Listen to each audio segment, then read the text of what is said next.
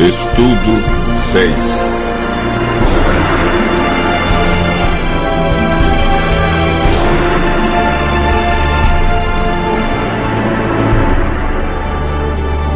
Sinais da vinda de Cristo.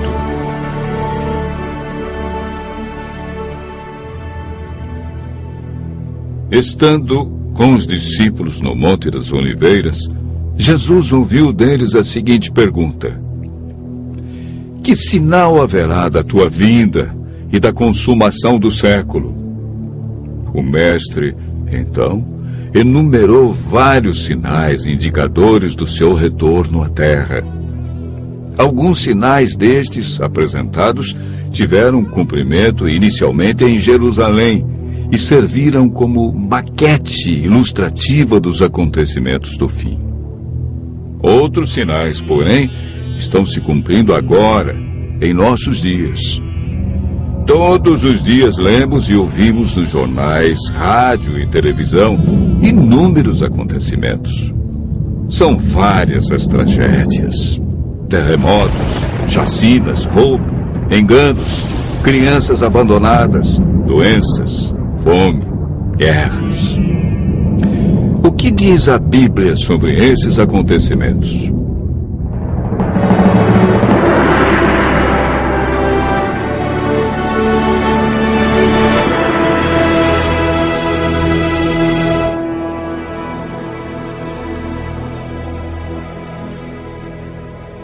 Vamos analisar os sinais que antecedem a sua volta em 3 partes.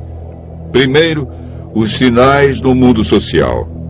Segundo, sinais no mundo natural. E por último, sinais no mundo religioso.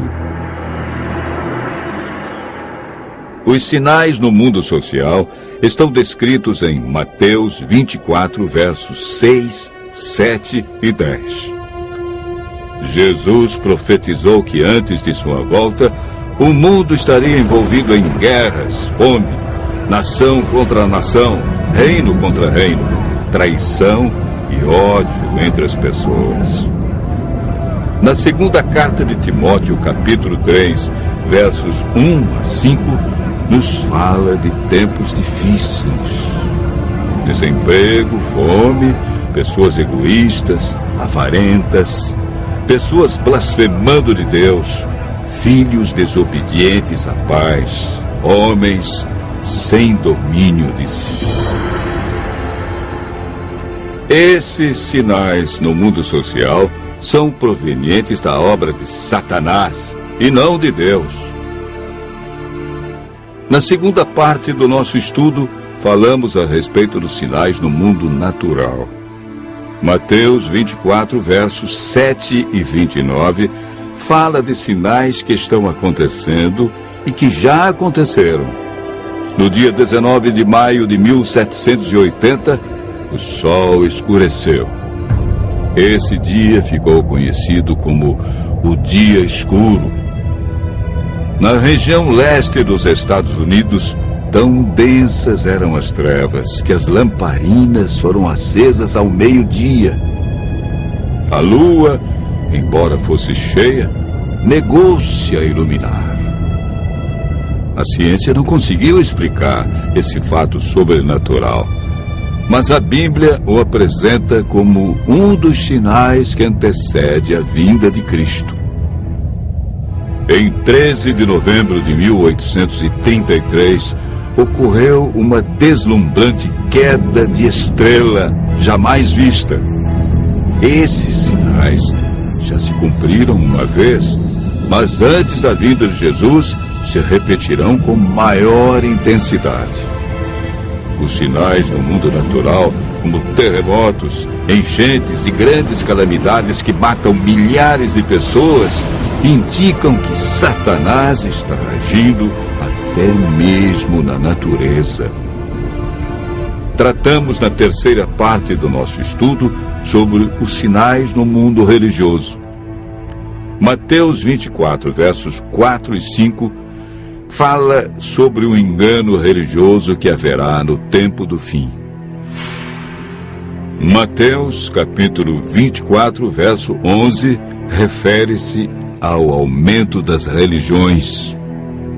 Somente no Brasil existem mais de 1.500 religiões cristãs.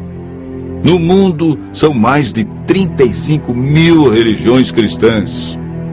Jesus afirmou também que antes de sua vinda, os falsos cristos e falsos profetas operariam sinais e prodígios. Mas o que fazer diante de tantas religiões? O conselho de Jesus é claro. Ele diz: acautelai-vos para que ninguém vos engane, porque muitos virão em meu nome e enganarão a muitos. Segundo Pedro 2, versos 1 a 3, fala da atitude de líderes religiosos que são movidos pela ambição e acabam usando a religião, a Bíblia, milagres e o nome de Deus para explorar as pessoas que os procuram em busca de curas, sinais e prodígios. Outro sinal no mundo religioso é encontrado em Mateus 24, verso 14. Apresenta o sinal de Deus que indica que o fim realmente chegou. Esse sinal é a pregação do Evangelho do Reino em todo o mundo. O apóstolo Paulo nos fala em Gálatas, capítulo 1, verso 6, de um outro evangelho que parece ser bíblico, mas não é. Esse evangelho é o falso evangelho de Satanás, pois este sabe que pouco tempo lhe resta e está empenhado em difundir os seus terríveis enganos. O que devemos fazer para não sermos enganados diante de tantas religiões? Em 1 João, capítulo 4, verso 1, encontramos a resposta. A Bíblia nos orienta a provar se os espíritos provêm de Deus ou não, ou seja, comparar. Aquele que quiser fazer a vontade de Deus deve comparar a doutrina da Bíblia com aquilo que outros ensinam. Por que Deus manda provar? De acordo com Mateus 7, verso 15, o engano vem parecendo verdade. Vimos que os sinais preditos por Cristo estão todos se cumprindo, indicando que em breve todo o mal do universo terá seu fim. O que está faltando para Jesus voltar? Primeiro motivo: o evangelho verdadeiro precisa ser levado a todo mundo. Segundo, Jesus está a cada dia dando mais oportunidades. Ele é paciente e espera uma decisão de cada um de nós ao lado da verdade. Lucas 21, verso 28, declara que, ao começarem estas coisas a suceder, exultai e erguei a vossa cabeça, porque a vossa redenção se aproxima. Continue ouvindo a voz de Deus. Em breve, vamos contemplar Jesus vindo sobre as nuvens do céu com poder e grande glória.